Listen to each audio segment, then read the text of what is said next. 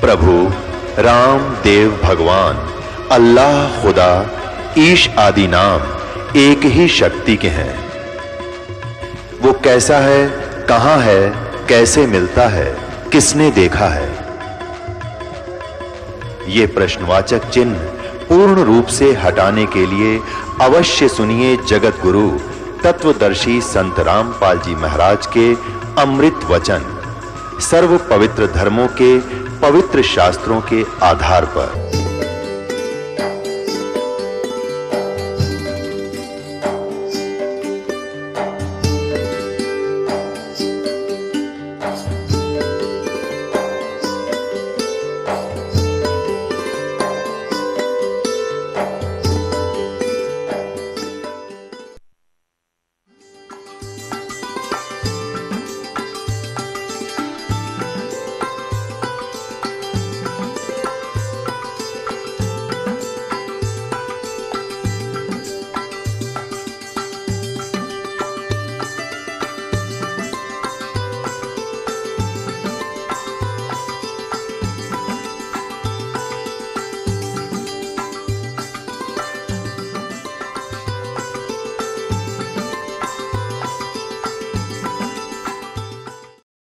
सतगुरुदेव की जय। बंदी छोड़ कबीर परमेश्वर जी की जय। बंदी छोड़ गरीबदास जी महाराज जी की जय। स्वामी राम देवानंद जी गुरु महाराज जी की जय हो।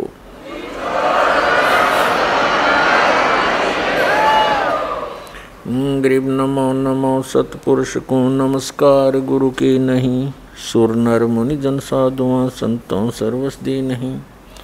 सतगुरु साहेब संत सब डंडो तम प्रणाम। आगे पीछे मध्य हुए तिनको जहाँ कुर्बान। नराकार निर्विषम काल जाल भयभंजनम। निर्लेपम निज निर्गुणम अकल अनुपवेशोन्दुनम। सोहम सुरति समापतम सकल समाना निर्तलय। उज्ज्वल हीरंबर हरदमम बेपरवा अथाह वार पार नहीं मज्जतम। गरीब जो सुमर सिद्ध होई गणनायक गलता ना। करो अनुग्रह सोई पारस पद परवाना। आदि गणेश मनाऊं गणनायक देवन देवा। चरण कमल लो लाऊं आद्यंत करूं सेवा। परम शक्ति संगीतम हृदय सिद्धि दाता सोई। अवगत गुण अतीतम सत्पुरुष निर्मोही। जगदम्बा जगदीशम मंगल रूप मुरारी। तन मन अर्पों शीसम भक्ति मुक्ति भंडारी। सुर नर मुनि जन धावे ब्रह्मा विष्णु महेशा। शेष सहस मुख गावे पूजय आदि गणेशा। इंद्र कुबेर सरीखा वरुण धर्म राय ध्यावे। समर्थ जीवन जी का मन इच्छा फल पावे। 33 कोटि धारा दावे से 88। उतरे बहुजल पारा कट है यम की फांसी। 33 कोटि धारा दावे से 88। उतरे बहुजल पारा कट है यम की फांसी। कर जोरूं विनती करूं दरूं चरण पर शीसे। गुरु जी राम देवानंद जी महाराज ने दियो नाम बख्शीश। कोटि कोटि सिजदा करूं कोटि कोटि प्रणाम। चरण कमल में राखियो मैं बंदी जाम गुलाम। कुत्ता हूँ गुरुदेव का रामपाल दास का नाम। गले प्रेम की जेवड़ी जहाँ खेचो वहाँ जाऊँ। तो करो तो बावड़ू दूर दूर करो तो जाऊं। ज्यों राखो त्यों ही रहूं, जो देवो सो खाऊं। जय इब के सतगुरु मिले, सब दुख आँखों रोए। चरणों ऊपर शीस धरूं, कहूँ जो कहनी होए। कबीर गुरु जी मिलेंगे, पूछेंगे कुशलात, आदि अंत की सब कहूँ, अपने दिल की बात। गुरु जी तुम ना भूलियो, चाहे लाख लोग मिल जाहीं, हम जैसे तुमको बहुत हैं, तुम जैसे हमको नहीं। तुमरे विसारे क्या बने, मैं किसकी शरण में जाऊं। शिव ब्रंच मुनि नारदा, तिनके हृदय न समाऊं। परम पिता परमात्मा पूर्ण ब्रह्म, सारी सृष्टि के रचनहार कबीर परमेश्वर जी की असीम कृपा से आप चंद पुण्यात्माएं सत्संग सुनने के लिए उपस्थित हुए हैं। जिन पुण्यात्माओं के ऊपर परमात्मा प्रसन्न होते हैं, वही सत्संग सुनने के लिए, संत दर्श के लिए पहुंच पाते हैं। परमात्मा के विधान में लिखा है कि जिन भी प्राणियों को मानव शरीर प्राप्त है, ये सभी पुण्यकर्मी प्राणी हैं। लेकिन जिनके अंदर परमात्मा की विशेष आस्था है, परमात्मा की तड़फ है, वो और अच्छी पुण्यकर्मी आत्माएं हैं, अत्यधिक पुण्ययुक्त हैं। और जिन पुण्यात्माओं को सतगुरु मिल गए, सत्य भक्ति प्राप्त होगी, वो मानव शरीरधारी प्राणी अत्यधिक पुण्ययुक्त प्राणी हैं। आप उन तीसरी कैटेगरी के अति उत्तम पुण्यकर्मी प्राणियों में से एक हैं, जिनको सतगुरु मिला और सत्य भक्ति प्राप्त हुई। अन्य मानव शरीरधारी प्राणी सभी पुण्यकर्मी हैं। दुर्भाग्य उनका जो परमात्मा की कसक में, परमात्मा की चाह में इन नकली ऋषि महर्षि गुरुओं मंडलेश्वरों के पास पहुंच गए और उनको परम संत परम धनी महर्षि तत्वेता संत जानकर उनसे दीक्षा लेकर निश्चिंत हुए। तो पुण्यात्माओं, ये सारी व्यवस्था जो है पिछले संस्कारों पर निर्भर करती है। जो प्रथम प्रकार के प्राणी हैं, जो मनुष्य शरीर प्राप्त है, लेकिन परमात्मा की उनको कोई चिंता नहीं, कोई चाह नहीं, वो पुण्यकर्मी तो हैं, क्योंकि वो परमात्मा प्राप्ति करने वाले उस विद्यालय में प्रवेश पा चुके हैं। उनको ये अलग से ड्रेस मिल गई है जो विद्यार्थियों की होती है, यानी मानव शरीर स्त्री या पुरुष का ये वो ड्रेस है, ये वो पोशाक है जो एक विद्यार्थी को प्राप्त होती है। तो आप जी उस विद्यालय के विद्यार्थी हैं, सभी मानव शरीरधारी प्राणी। जिस विद्यालय में शिक्षा ग्रहण करके उसका बेनिफिट हमें बाहर फील्ड में प्राप्त होगा। जैसे विद्यार्थी कॉलेज या स्कूल में पढ़ते हैं तो वो वहाँ अपनी पढ़ाई ठीक से करके दिन रात एक करके शिक्षा ग्रहण करके उत्तीर्ण होकर कॉलेज छोड़कर जब चले जाते हैं उनको अन्य स्थानों पर उसका लाभ मिलता है, नौकरी मिलती है या कोई व्यवसाय प्राप्त होता है। और जो विद्यार्थी विद्यालय के उस शिक्षा के दौरान ही, उस शिक्षा समय के दौरान ही, उसके अंतर्गत ही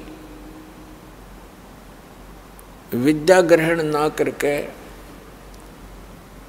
वो सिनेमा देखता है और अच्छा खाता पीता उड़ता पहनता है और सो जाता है, अर्थात अपने उद्देश्य से विचलित होकर, और कॉलेज के दौरान, कॉलेज के समय में जो सुविधाएं प्राप्त कर रहा है वो विद्यार्थी अपने जीवन को नाश कर रहा है।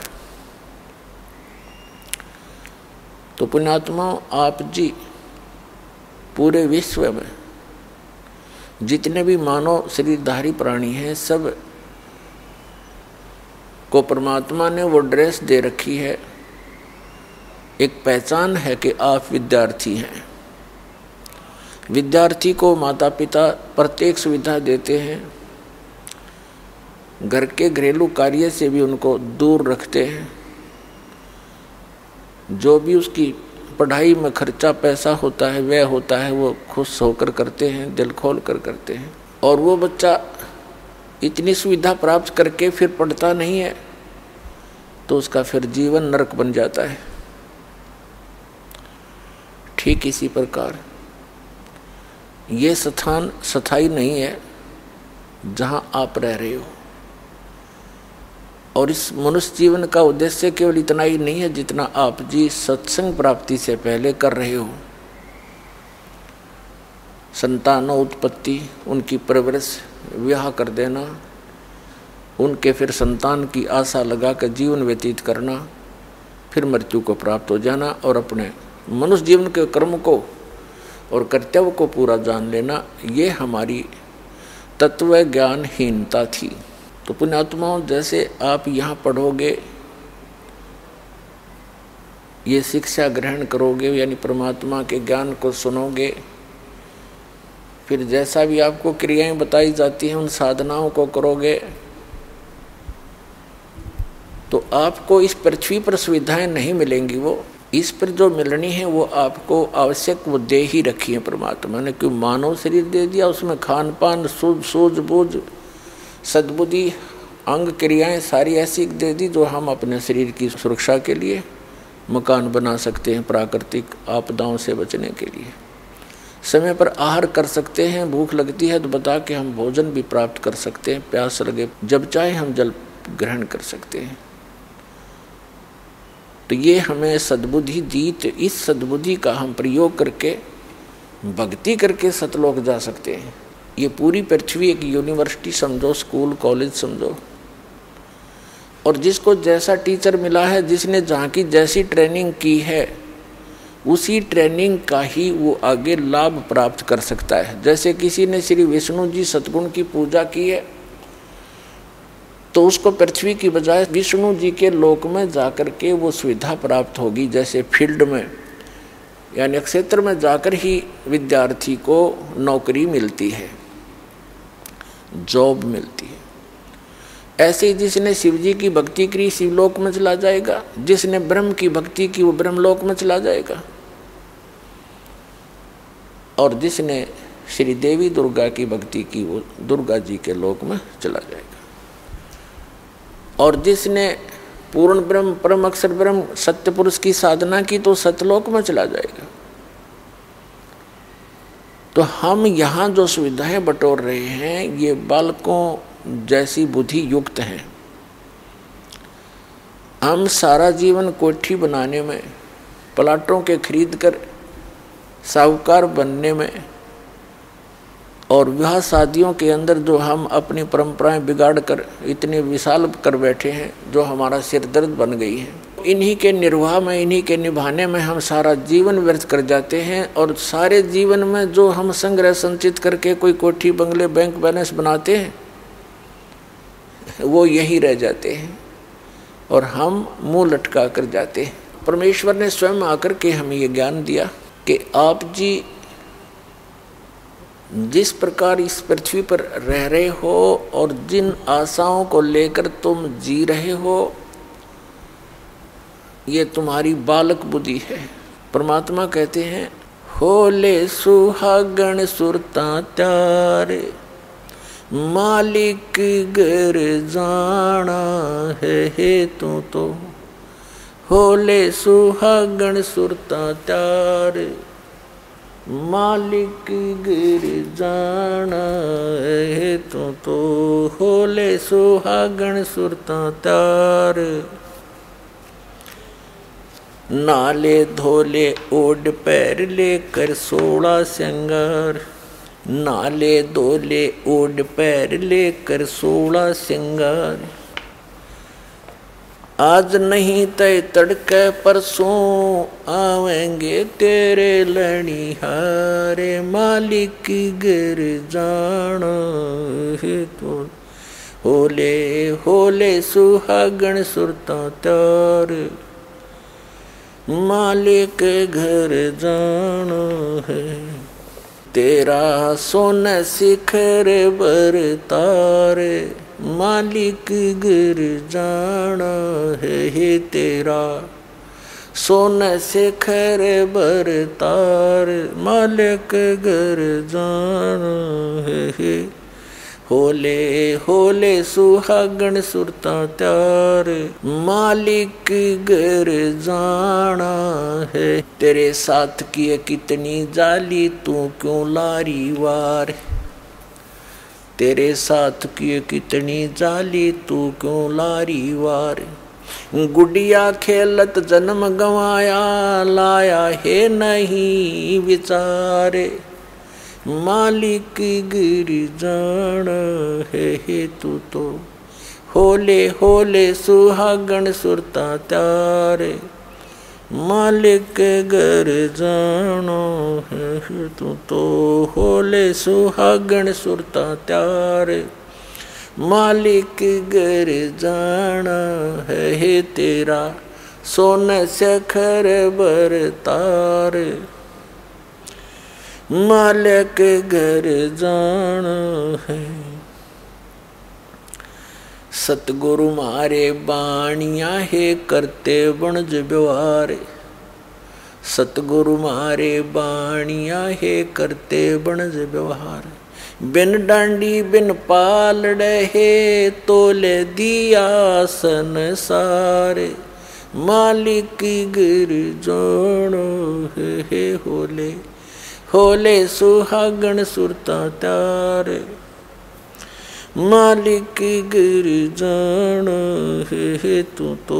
होले सुहागण सुरता त्यार, मालिक गिर जाना है तेरा। सोन शिखर बर तार, मालिक गिर जाना है।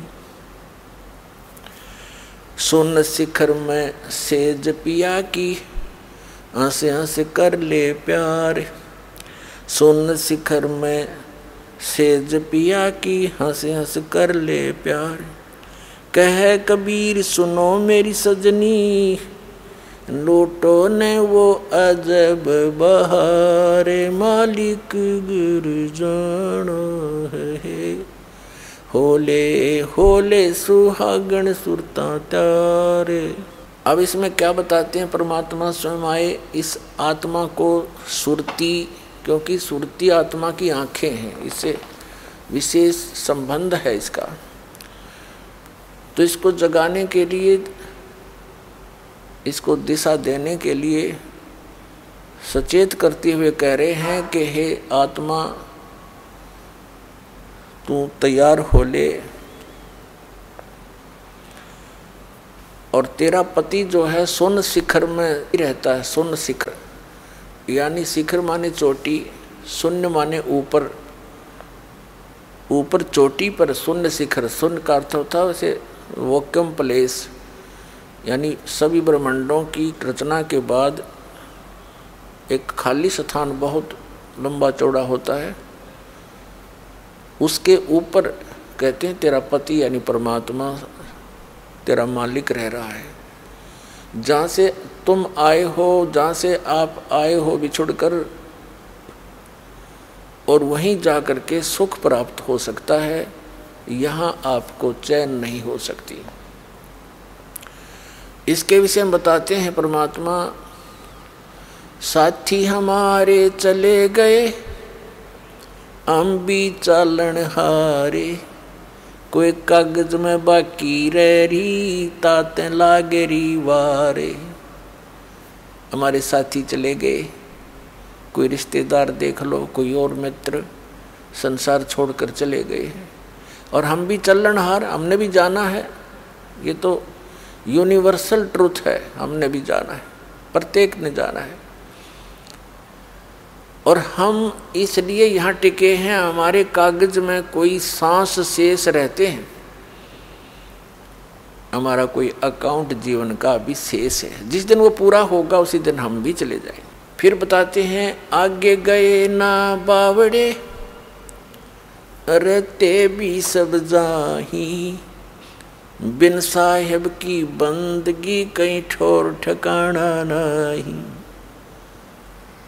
अब क्या बताते हैं परमात्मा कि जैसे आज आप मानव शरीर प्राप्त है और एक पल की चैन नहीं, इस मनुष्य शरीर प्राणी को या किसी भी प्राणी को देख ले, जो व्यवस्था जैसी वृत्ति नेचर एक चींटी की है, एक कण की आवश्यकता है और एक मण मिल जाए उसने कोई सब्र नहीं, अपने बिल में ठोक के जाएगी और रात दिन चलती ही रहती है। एक कण की आवश्यकता पूरे दिन में। लेकिन यह नीयत खराब कब हुई थी? जब वो मानव शरीर में वो प्राणी था। तो यही व्यवस्था, यही नीति और यही रीति और यही हमारी वृत्ति मानव शरीर के अंदर है। हमने आवश्यकता थोड़ी सी वस्तु की होती है, लेकिन हम बेसब्रे हो जाते हैं, हम संतुष्ट नहीं होते, थोड़े बहुत उसमें लगे ही रहते हैं, जीवन नष्ट ही हो जाता है, पर हम हार नहीं मानते, माया जोड़नते, और वो जोड़ी जाड़ी रह जाती है और जो अनमोल वस्तु जीवन था वो नष्ट हो जाता है। तो यहाँ क्या बताते हैं कि इस झूठे सुख को सुख कहे ये मान रहा मनमोद, ये सकल चबीना काल का, कुछ मुख में कुछ गोद। अब जैसे हम यहाँ सारी सुविधाएं बटोरे बैठे हैं, 1 मिनट में मृत्यु हो जाती है, तो यहाँ से होया चलो, हम जाना नहीं चाहते, किसी भी कीमत पर हम मृत्यु नहीं चाहते। कोई महादुखी हो जाता है तो भी स्वस्थ होने की इच्छा लिए रहता है, और ये पता है कि यहाँ रह ही नहीं सकते। जब हमारी यहाँ मृत्यु हो जाएगी, जो हमने सारे जीवन में यहाँ जोड़ा था, कोठी बनाई थी, वो तो यहीं रह गई। हमारे साथ क्या गया और हमारी हानि क्या हुई? एक मूल धन लेकर आए थे हम, मूल पूंजी, अपने श्वास रूपी धन लेकर आए थे, और इससे हमने अपनी साधना भक्ति सत करके पुण्यदान करके इससे कई गुना बनाना था, सौदा करना था, बिजनेस करना था, और हम उस विवेकहीन व्यापारी की तरह अपना जीवन धन नाश कर चले, जो 10-20 लाख रुपए लेकर के दूर देश में चला जाता है, वहाँ किसी होटल में ठहर जाता है और उस अपने साथ ले गए धन, उस राशि को आगे व्यवसाय में ना लगाकर खाने पीने मौज मस्ती में सिनेमा देखने में व्यर्थ कर रहा है, तो उसने वो मूल धन नाश कर दिया, जिसको दुगना तिगना चौगुना बनाने के उद्देश्य से वो गया था। तो मनुष्य शरीर आपको इसमें ये लाभ प्राप्ति के लिए मिला था कि आप भक्ति करके इसे दुगना तिगना चौगुना कर सकते हो, अर्थात मोक्ष प्राप्ति कर सकते हो, वो ना की। तुम्हारे साथ क्या चला? जो पूंजी लाए थे वो नष्ट हुआ, यहाँ के जितने पाप थे भक्ति ना करने से सभी पाप संचित कर्मों में लिखकर हमारे साथ चले जाते हैं। तो वो पाप हमारे साथ गए, मनुष्य पूंजी समाप्त हुई, फिर कर्म आधार पर कोई पुण्य शेष बचा था तो स्वर्ग गए। स्वर्ग में जैसे यहाँ हम जब तक सत भक्ति नहीं करते हैं, बिन साहिब की बंदगी कहीं ठोर ठिकाना ना, साहिब माने परमात्मा, और परमात्मा एक ही है। जैसे श्रीमद् भगवत गीता अध्याय नंबर 18 के श्लोक नंबर 62 में अर्जुन से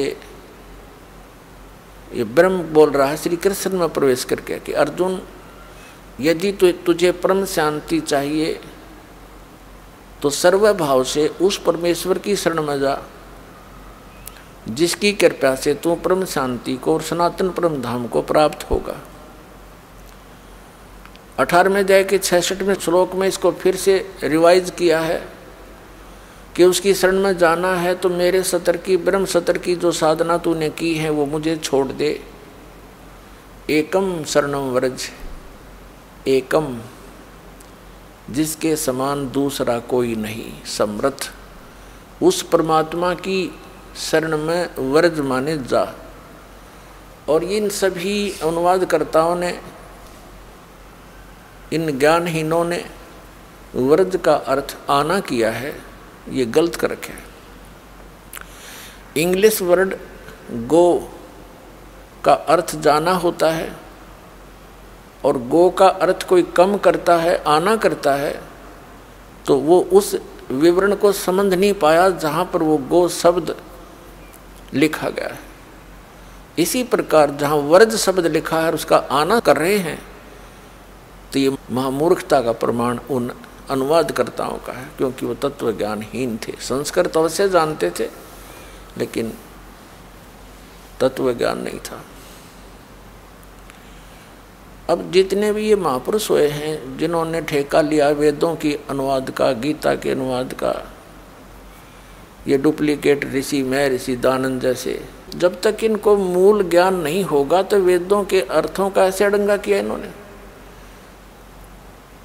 अब जैसे रामायण की चौपाइयों को कोई घोट ले, पढ़ ले, और उसको ये मूल ज्ञान हो नहीं कि राम कौन था, रावण कौन था, सीता कौन थी, दशरथ कौन था, अयोध्या क्या है, श्रीलंका क्या थी, तो उसका अनुवाद करने चले कि राम ने रावण को मारा और सीता ले अयोध्या पगधारा। अब राम का अर्थ तो बकरा भी होता है। अब कुछ है कि नकलियों ने ऐसे भी अनुवाद किए हैं वेदों के अनुवादकर्ताओं ने, जैसे जहाँ अग्नि शब्द है, अग्नि का अर्थ होता परमेश्वर, तो परमेश्वर की महिमा, तो परमेश्वर के सतर क्या काम होगा, फिर या करके लिख रखा है या अग्नि, परमेश्वर व अग्नि, कोई बात हुई, तो ये विद्वान की काम है। अब जैसे राम ने रावण को मारा, अब जिसने ये इस कथा का ज्ञान नहीं तो वो कैसे अर्थ कर रहा है कि राम माने श्री रामचंद्र भी लिख दिया, और या फिर बकरे ने रावण को मारा।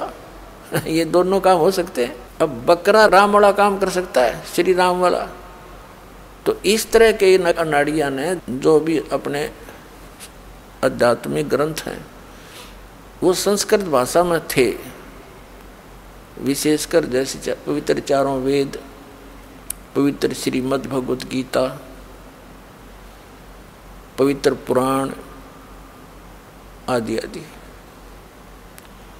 तो इन संस्कृत भाषा में अनुवाद करते समय किसी भी सेंटेंस में या शब्द नहीं हो सकता, सीधा ही अर्थ होगा उनका। तो इन्होंने बहुत सी गलतियां कर रखी हैं और उसका खामियाना हम अभी तक भोग रहे हैं। क्या कहा है कि उस एकम शरणम व्रज जिसके बराबर दूसरा ना हो। तो यहाँ जो दास सिद्ध करना चाह रहा है कि आगे गए ना बावड़े, जो पहले चले गए उन्होंने तो कोई संदेश दिया नहीं हमें आकर के, और रहते भी सब जा, और बिन साहेब की बंदगी कहीं ठोर ठिकाना ना। यानी अन्य भगवानों की, जैसे श्री विष्णु जी, श्री शिव जी, श्री ब्रह्मा जी और श्री दुर्गा जी, गणेश जी आदि की जो पूजा ब्रह्म की, इन और परब्रह्म की, इनकी पूजाएं करने से भी या चलो चलो मिटे नहीं। बिन साहेब की बंदगी की ठोर ठिकाना ना। इनकी साधनाओं से हमें स्थायी स्थान नहीं मिल सकता, वो शाश्वत स्थान नहीं मिल सकता, जहाँ जाने के बाद साधक फिर लौटकर कभी नहीं आते। वो स्थान, वो मोक्ष उस एक परमात्मा को छोड़कर अन्य भगवानों की पूजा साधना से हमें नहीं मिल सकता। तो यहाँ बताया है कि जैसे आप स्वर्ग गए, कुछ पुण्य किए कुछ पाप किए, जैसे यहाँ स्वाभाविक पुण्य भी होते हैं और प्रत्येक का आपको भोग प्राप्त होता है, पुण्यों का भी मिलता है, पाप का भी मिलता है। जब तक आप परम संत की शरण में, परमेश्वर परम अक्षर ब्रह्म की शरण में नहीं आते, तब तक तो आपको केवल वर्क डन ही मिलेगा जैसा किया है। और परम अक्षर ब्रह्म की यथार्थ साधना ना मिलने से एक विधान बना लिया इन नकली ऋषि में, ऋषि गुरुओं ने, कि प्रारब्ध का कर्म तो भोगना ही पड़ेगा, जैसे कर्म करेगा वैसा फल तो तुम्हें मिलेगा ही मिलेगा। फिर भक्ति की आवश्यकता क्या? अब जैसे किसी के ऊपर दुखों का कहर टूट गया, वो भक्ति कैसे करेगा? सपने में भी नहीं कर सकता। तो फिर भक्ति का अस्तित्व, भगवान का अस्तित्व खत्म हो जाता है। ऐसे विधान बनाने वालों ने जो बना रखा है, तो वो वैसे व्यक्ति थे जो महापुरुष थे, अच्छी आत्माएं थी, साधना ठीक मिली नहीं, स्वयं उनका शरीर भी ठीक रहा और अन्य सुविधाएं भी उनको प्राप्त होती रही उनके संस्कारवश। तो वो केवल औरों को, चाहे कोई दुखी आया सुखी आया, अपना वो गलत विधान सुना कर अपना टाइम पास करके। अब जैसे किसी के पैर में कांटा लगा हो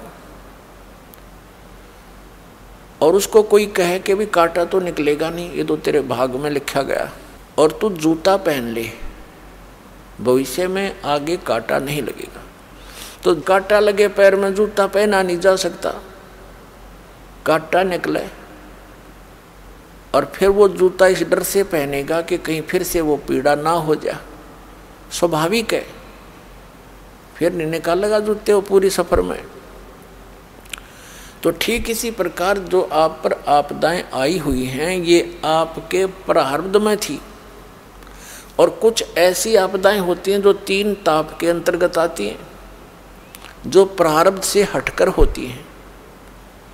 जैसे ये ऋषि, महर्षि, देवता, ये हम गरीब हैं, ये हमसे तगड़े हैं, ये कुछ पोस्ट प्राप्त है इनको। और जैसे पितर और ये भूत टाइप के हैं, ये शरारती व्यक्ति होते हैं। तो हम एक जो मानव शरीरधारी अन्य प्राणी हैं, ये ऐसे समझो जन साधारण है, और ये अच्छे पोस्ट वाले व्यक्ति हैं। देवता हुए और ये पितर तक हुए, भूत जो सतर के हैं, पितर भी इतनी बेमतलब वो नहीं करते, लेकिन भूत टाइप के जो होते हैं ये अननेसेसरी परेशान करते हैं, किसी में प्रवेश हो जाते हैं, किसी को सताते हैं। और जैसे देवता रुष्ट हो गए, उन्होंने आपके ऊपर कोई अपना दुख छोड़ दिया, और अन्य जैसे कोई जंतर मंतर कर देता है, वो कर दिया। तो इस तरह के जो 3, जैसे कोई सर्प डस गया या कोई और, इस तरह के भी ये 3 ताप के अंदर आते हैं। ये जो 3 ताप भी आपको प्रारब्ध से हटकर भोगने पड़ते हैं। तो कहने का भाव ये है कि जब तक हम परम संत की शरण में नहीं आते, तो ये हमने सभी भोगने पड़ते हैं। इन ब्रह्मा विष्णु महेश आदि भगवानों के और दुर्गा और ब्रह्म तक की साधना करने वालों के ये 3 ताप भी नहीं कट सकते, प्रारब्ध का संस्कार भी नहीं हट सकता, वो भोगना ही पड़ता है। जैसे श्री विष्णु जी को श्राप दिया था नारद जी ने कि तूने मेरे बंदर का मुंह लगा दिया और मैं विवाह कराना चाह रहा था, जिससे मैं वंचित रहा।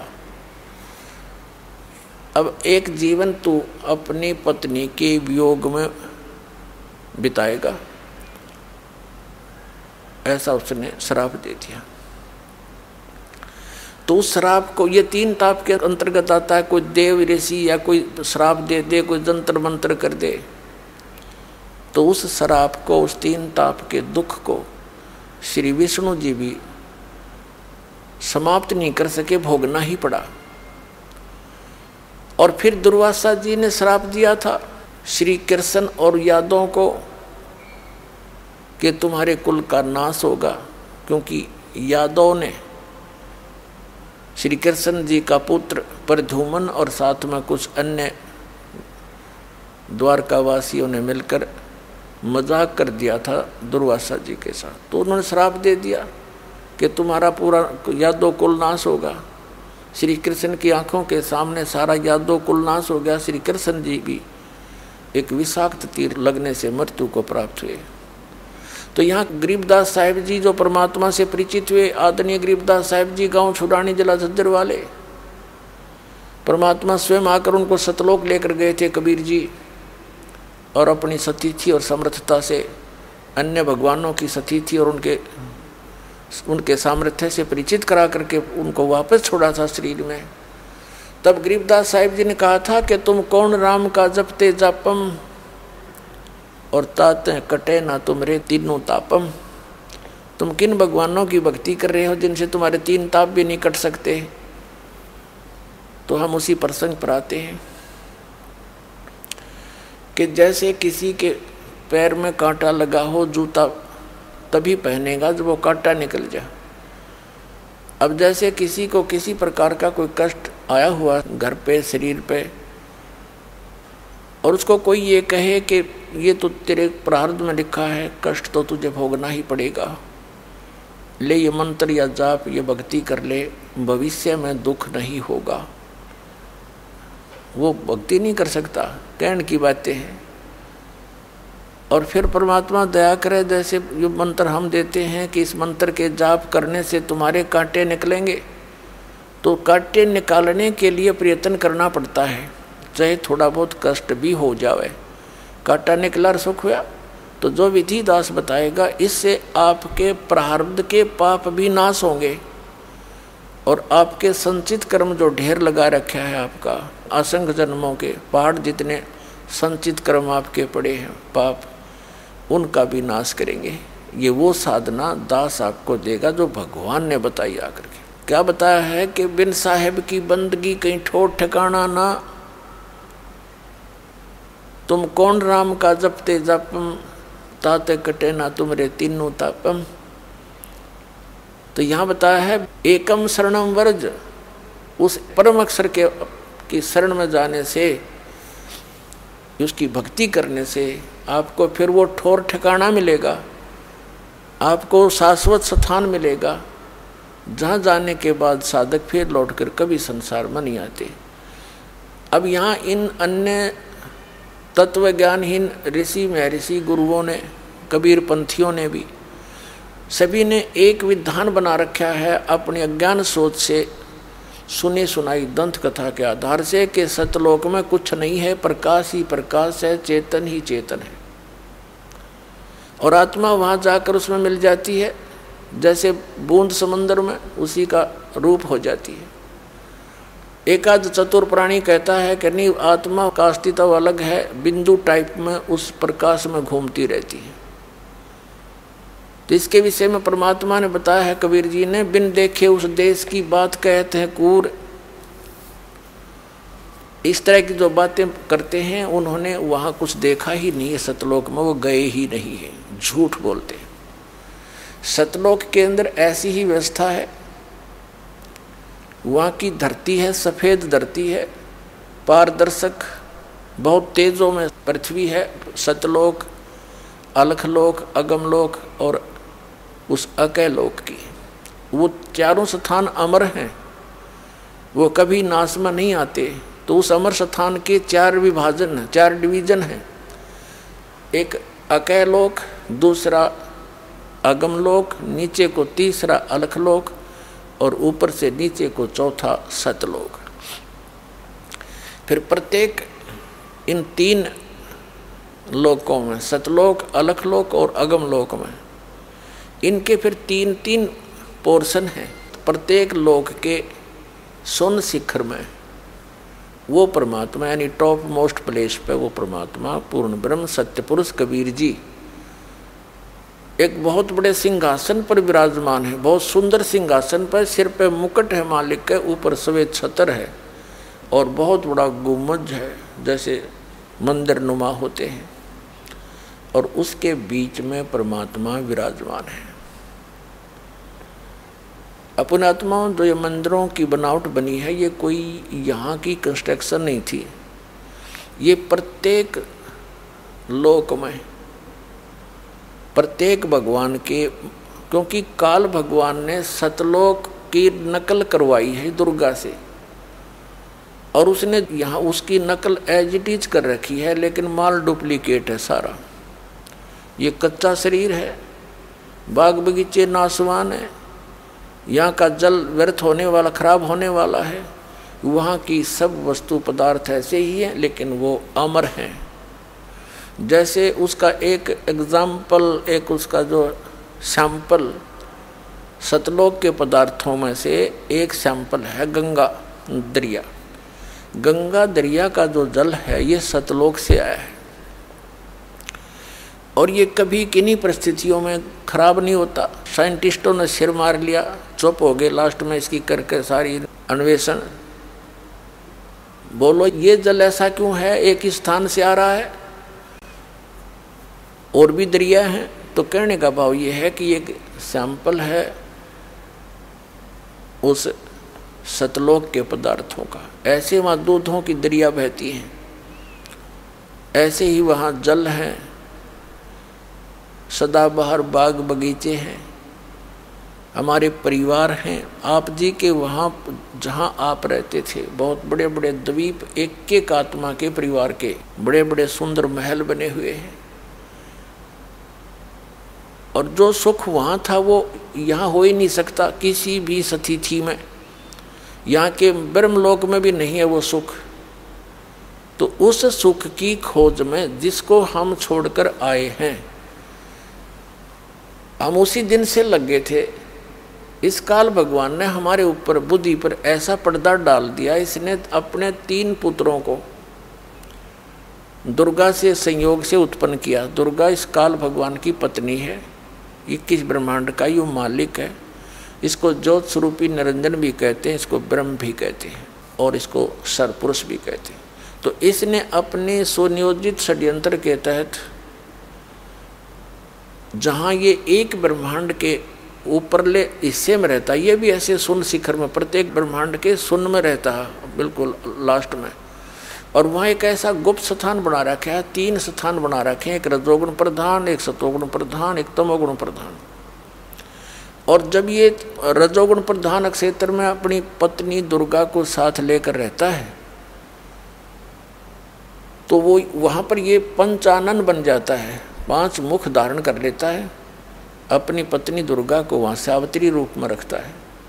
इनके संयोग से जो पुत्र उत्पन्न होता है तब तक वो वहीं रहते हैं उसी क्षेत्र में। तो वो रजोगुण युक्त हो जाता है वो बच्चा, और उसके अंदर वो गुण भरे जाते हैं। उसके अंदर से एक ऐसी रेज निकलती है जैसे मिर्च के अंदर से झलझलाहट निकलता है। उसके बाद उस बालक को कोमा में रखते हैं कि तुम्हारे इस षड्यंत्र का इनको पता ना लग जावे। उसके बाद ये दूसरे क्षेत्र में चले जाते हैं, जो सतोगुण प्रधान क्षेत्र होता है, वहाँ ये विष्णु रूप धारण कर लेता है, और अपनी पत्नी दुर्गा जी को ये लक्ष्मी रूप में साथ लेकर रहता है। इनके संयोग से जो पुत्र उत्पन्न होता है वो ऑटोमेटिकली सतोगुण युक्त हो जाता है, और इसको भी जन्म होने के बाद वहीं पर रखते हैं उसी क्षेत्र में, और वहीं पर इसकी परवरिश जारी रखते हैं। इसको कोमा में रखते हैं, अचेत रखते हैं। उसके बाद फिर ये तमोगुण प्रधान क्षेत्र में चले जाते हैं, दोनों पति पत्नी दुर्गा और ये ज्योति निरंजन काल। तो वहाँ पर भी ये शिव रूप धारण कर लेता है, जैसा आप देखते हो चित्रों में, और दुर्गा को पार्वती रूप में रखता है। इन दोनों के संयोग से जो पुत्र उत्पन्न होता है उन्हीं के आकार का बन जाता है, जिस जिस स्थान पर ये जिस रूप में रहते। और फिर वो तमोगुण युक्त हो जाता है। इन तीनों को कोमा में रखते हैं। जब ये युवा हो जाते हैं तो तीनों को अलग अलग स्थानों पर रखकर सचेत करके इनको इकट्ठा कर देते हैं। फिर इनको कुछ भी ज्ञान नहीं होता हम कहाँ से आए हैं, कौन हमारा जनक है। इसी प्रकार फिर इन्हीं के गुणों के प्रभाव से सभी प्राणी ऐसे प्रभावित हो गए, वो सब भूल गए अपने शुद्ध बुद्ध, तुम कौन हो, कहाँ से आए हो। जैसे किसी ने कोई घुट्टी शराब की ला ली और पड़ा गली में, उसको पता ही नहीं तू कहाँ पड़ा है। किसी ने भांग पी ली, ला कर कमर सो गया, पड़ियारा कितने सर्दी आओ चाहे गर्मी आओ। तो ऐसे हमारे ऊपर ये प्रभाव है इनके तीनों गुणों का, तो हम भूल गए कहाँ से आए, कौन थे। तो अब हम भटक रहे हैं। आत्मा को उस सुख की अब भी तड़फ है जिसको ये छोड़ चुकी है, और उसके पाने के लिए ये कहाँ खोज रही है। इतनी जीव बुद्धि बना दी हमारी, जिसके पास धन नहीं है वो सोचता है धनवान सुखी। धनवान तो सुखी सपने में भी नहीं हो सकता, या भूल है हमारे। पैसा भी जायज हो, गढ़ा ना हो, तभी आदमी अपना नॉर्मल रह सकता है। किसी के पास 2 करोड़ रुपये हो गया आजकल, तो 2 करोड़ भी गणे को नहीं, और 2 करोड़ होते ही सोचा 10 करोड़ का काम शुरू करूं, कोई फैक्ट्री ला लूं। 2 करोड़ अपने लगा दिए, 2 करोड़ ले लिए ब्याज पे लोन किसी सरकार से या बैंक से, 1-2 करोड़ किसी रिश्तेदार से इधर उधर से कर लिए, और वो काम धंधा चला नहीं।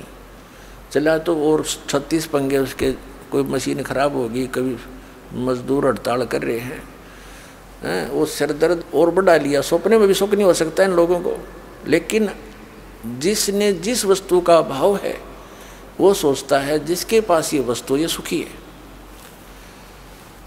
तो परमात्मा कहते हैं तन दर सुखिया कोई नहीं देखा, कबीर जी कहते हैं, और जो देखा सो दुखिया हो।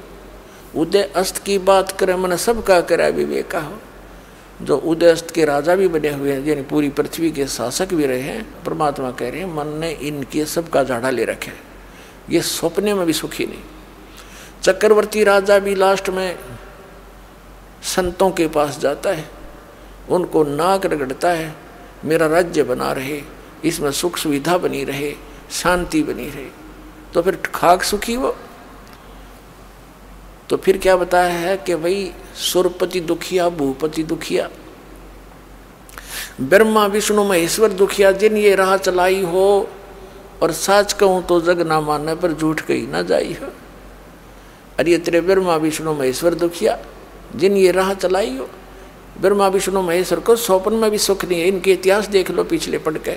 नारद ने श्राप दे दिया विष्णु जी को, श्री राम रूप में कितने कष्ट उठाए, पत्नी कहीं, बच्चे कहीं, आप राजा बना रहो। खाक राजा जिसकी बालक कहीं दुखी हो रहे, रो बैठा राजा बना, स्वप्न में सुख नहीं हो सकता। श्री कृष्ण जी का जीवन देख लो, जेल में जन्म, मामा दुश्मन, जरासिंह, शिशुपाल, रोज लट्ठम लट्ठा, अंत में पूरे परिवार के साथ, पूरे कुल के साथ विनाश को प्राप्त हुआ। तो परमात्मा कहा करते थे कि साच कहूं तो जग नहीं माने, और झूठ कही ना जाई हो। और ये ब्रह्मा विष्णु, ये महेश्वर दुखिया, जिनके ऊपर तुम आधारित बने बैठे, जिसने यहाँ का जुगाड़ जोड़ रखा है काल भगवान का। क्योंकि इस काल भगवान जो ब्रह्मा विष्णु महेश का पिता है, यहाँ का मालिक है, यहाँ का राम है, इसको श्राप लगा हुआ है 1 लाख मानव शरीरधारी प्राणियों के सूक्ष्म शरीर को तपतशिला पर भूनकर इससे निकले गंध को खाता है, जीव मरता नहीं। उसके लिए इसने अपने तीनों पुत्रों की ड्यूटी ला रखी है। इस ब्रह्मा जी के रजोगुण से प्रेरित होकर के, जीव के बस का नहीं है, और यह संतानों उत्पत्ति करता है, और इतना प्रेशर बना देता है इस प्राणी के अंदर, ये अंधा बन जाता है, ना जाने कितने जुल्म भी कर डालता है। और फिर यहाँ के राजपाट के ठाठ, यहाँ की जो सुविधाएं, एसी ला लूँ, कोठी बना लूँ, कार खरीद लूँ, ये वैभव, ये रजोगुण के प्रभाव से इसके अंदर एक विशेष प्रेरणा बनती है। फिर सतोगुण के आधार से श्री विष्णु जी से निकल रहे सतोगुण के कारण हम यहाँ मोह ममता, आपस में भाई बहन का प्रेम, माता पिता से लगाव, पति पत्नी का प्रेम, संपत्ति से मोह, पोते पोतियां में ममता, यानी ये जो जुगाड़ है ये सबसे जबरदस्त है और इससे हम यहाँ टिके रहते हैं। ये सतिथि बोल रहे यहाँ की, यह सतिथि है इनकी। और तीसरा तमोगुण आपको पता ही है, थोड़ा सा प्रतिकूल काम होते हैं, मित्र से प्यारे से लड़ पड़ते हैं, पिता पुत्र का लठबाजा, और फिर संहार करने की ड्यूटी शिव भगवान की है, तमोगुण की है, हमारा संहार करता है।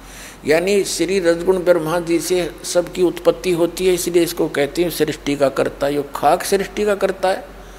जब इसका जन्म हुआ कमल के फूल पर बैठा था ब्रह्मा जी, और ये अपने पुत्र नारद को बता रहा है कि बेटा जब मेरी उत्पत्ति हुई मैं कमल के फूल पर बैठा था और मुझे नहीं मालूम मैं कहाँ से उत्पन्न हो गया।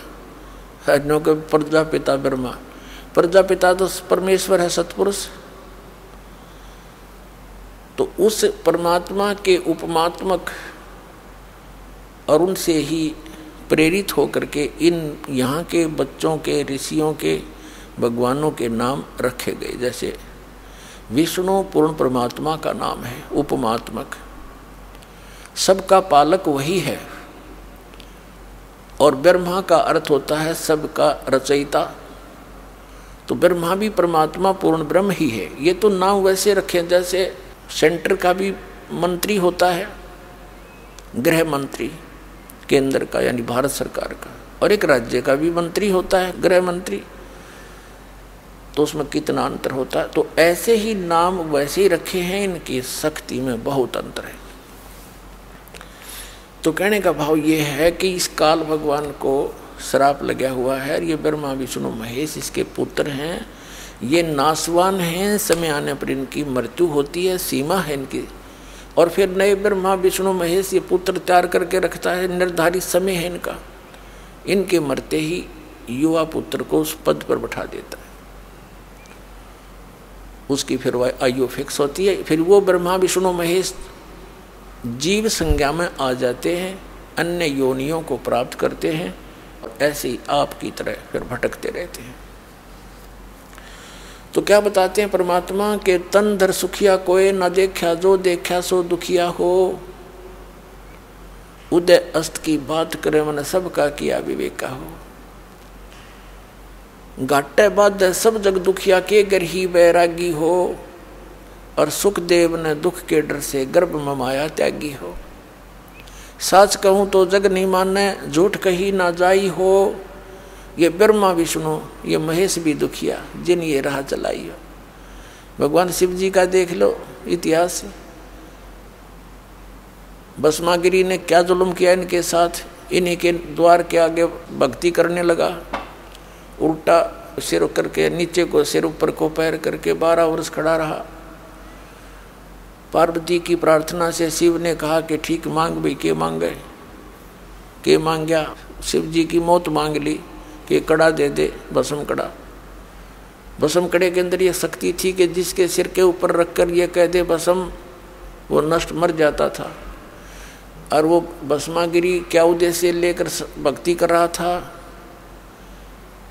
कि पार्वती प्राप्त करूंगा, पत्नी बनाऊंगा पार्वती को, शिव को मार दूंगा, इससे इसलिए कड़ा मांग रहा हूं। और शिव का पुजारी तमोगुण का। अब जब भगवान शिव जी ने वो दे दिया उसको कड़ा, भस्म कंडा, हाथ माते ने बोला ले बोले शिव जी होशियार, तुझे मारूंगा, इसी उद्देश्य से मैंने ये भक्ति करी। अब बताओ आगे समस्या शिव जी के ऊपर, आगे आगे भगवान पीछे पुजारी मारने के लिए भाग रहा है। और भी कितनी समस्याएं हैं। जैसे एक बार पार्वती जब दक्ष राजा के घर जन्म था, राजा दक्ष के घर पे जाके मृत्यु को प्राप्त होगी हवन कुंड में जल के। भगवान शिव गया वहां, लठ बजाया उनके लिया, झगड़ा किया खूब अपने ससुर के साथ। पार्वती को यानी मरी हुई उस अस्थि पिंजर को लेकर 10,000 वर्ष तक भटकता रहा। हाय पार्वती हाय पार्वती। और फिर भगवान ने उसका सुदर्शन चक्कर मार के उसके टुकड़े टुकड़े करे। उस शक्ति के, माया के, यानी पार्वती समझो उसने, दक्ष पुत्री के अस्थि पिंजरों के, तब उसका मोह टूटा। तो पुण्यात्मा परमात्मा कहे साच कहूँ तब है तुम मानो को नहीं। इसी सच कहने के कारण परमात्मा के साथ कितने जुल्म किए थे, उन करवाए थे उन नकली गुरु महर्षियों ने। तो परमात्मा कहा करते थे कि भाई यहाँ सुख नहीं मेरे बच्चों, जिस सुख की तुम्हें खोज है, तलाश है, चाह है, वो जंतर मंत्र मेरे पास है, वो विधि मेरे पास है, मुझसे वो ग्रहण करो, मेरी मर्यादा में रहो, तो मैं वहाँ भेज दूंगा जहाँ जाने के बाद फिर लौट कर कभी संसार में नहीं आते। लेकिन हमने परमात्मा की बात मानी नहीं, क्योंकि हम अज्ञान से परिपूर्ण कर दिए गए थे इस काल के दूतों द्वारा। आगे परमात्मा क्या कहते हैं कि सुरपति दुखिया, भूपति दुखिया, और रंक दुखी बपरीती हो, कहे कबीर और सब दुखिया, एक संत सुखी मन जीती हो। अब परमात्मा ने निष्कर्ष निकाल दिया सारे अपने ज्ञान का कि बिना तो सुरपति सुखी, सुरपति माने देवताओं का मालिक राजा इंद्र। अब हम यहाँ एक सरपंच बन जाते हैं, चेयरमैन बन जाते हैं, मेंबर ऑफ पार्लियामेंट बन जाते हैं, या एमएलए बन जाते हैं, मंत्री, मुख्यमंत्री, प्रधानमंत्री, राष्ट्रपति बन जाते हैं एक छोटे से टुकड़े का। तो हम ये सोच बैठते पता नहीं हमने क्या पा लिया। कुछ भी नहीं पा लिया, आपने तो अपना जीवन नाश कर लिया जब भक्ति नहीं करते तो, या भक्ति नहीं कर रहे तो पूर्व जन्म की वो पूंजी जो आप लेकर आए थे, धन श्वासों का, मनुष्य जीवन के श्वासों का, उसका नाश कर दिया और ये खाक उपलब्धि कर ली। और एक पल का चैन नहीं, मुख्यमंत्री की देख लो इतिहास सारे दिन, प्रधानमंत्री का देख लो, एक पल का चैन नहीं इनको, हमने दिखे बड़े सुखी। तो पुण्यात्माओं यदि भक्ति करनी है, इन संसारिक चोचला तो अपने दूर हटना पड़ेगा। एक का काम होगा, परमात्मा कहते हैं पिया चावे प्रेम रस, राख्या चावे मान, एक म्यान में दो खड़ग, कदे देखी सुनी न कान।